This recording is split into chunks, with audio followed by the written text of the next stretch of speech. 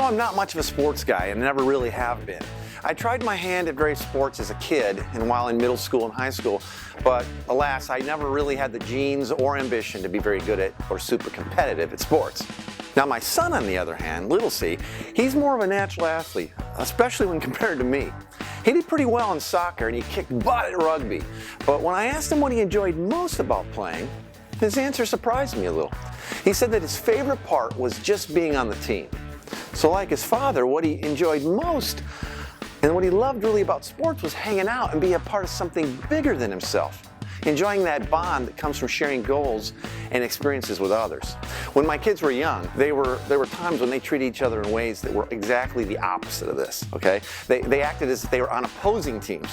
And they would do whatever it takes to see the other team lose or be punished for it. Now as parents, Tina and I felt we had to do something to help our kids get on the same page and on the same team.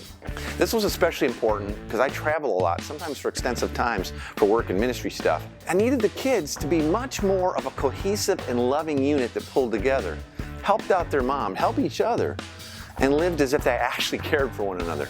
Boom, Team K was born. Tina and I came up with this way to implant all of this into the heads and hearts of our little band of Kalinowskis. Get it? Team K, see what I did there? We told the kids that they were part of something amazing, something that was important, and we needed them to understand this and live more like a team. We even took them to the mall and had some really cheesy aqua-colored t-shirts airbrushed that said Team K on the front. It looked like some old van from the 70s. Yes, a matching shirt for each of us in our own size. And we would all wear them occasionally at the dinner table or when it was time to do yard work or serve a neighbor or someone else in the community. Come on kids, Team K time. We're gonna go out and we're gonna shovel snow for Mrs. Scholl.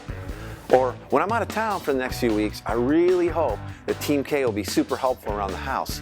Praying for each other, caring for each other, being a big help to mom, okay?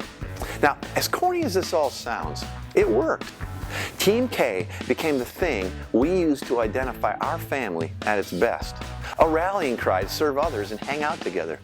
Others began to refer to our family by this moniker as well. Many still do. Now it wasn't long before this team spirit was something our friends and their friends coveted. Getting invited to a family dinner night with Team K. We always had lots of food and laughter and encouragement to spread around. And you knew that everyone was happy you were there. There was always a place at the table. Now these meal times, along with our other Team K adventures, were the beginning of a way of life for us. A way of sharing and extending the blessings and grace that God had poured out into our family. Our family life was expanding out into our community. Our family was extending God's family life. That's God's original hope and intention for His people, all people, that their lives and families would show the world what He's really like. Now you may not have been raised this way. I know I sure wasn't. But as always, the next best time to begin is now. Thanks for watching.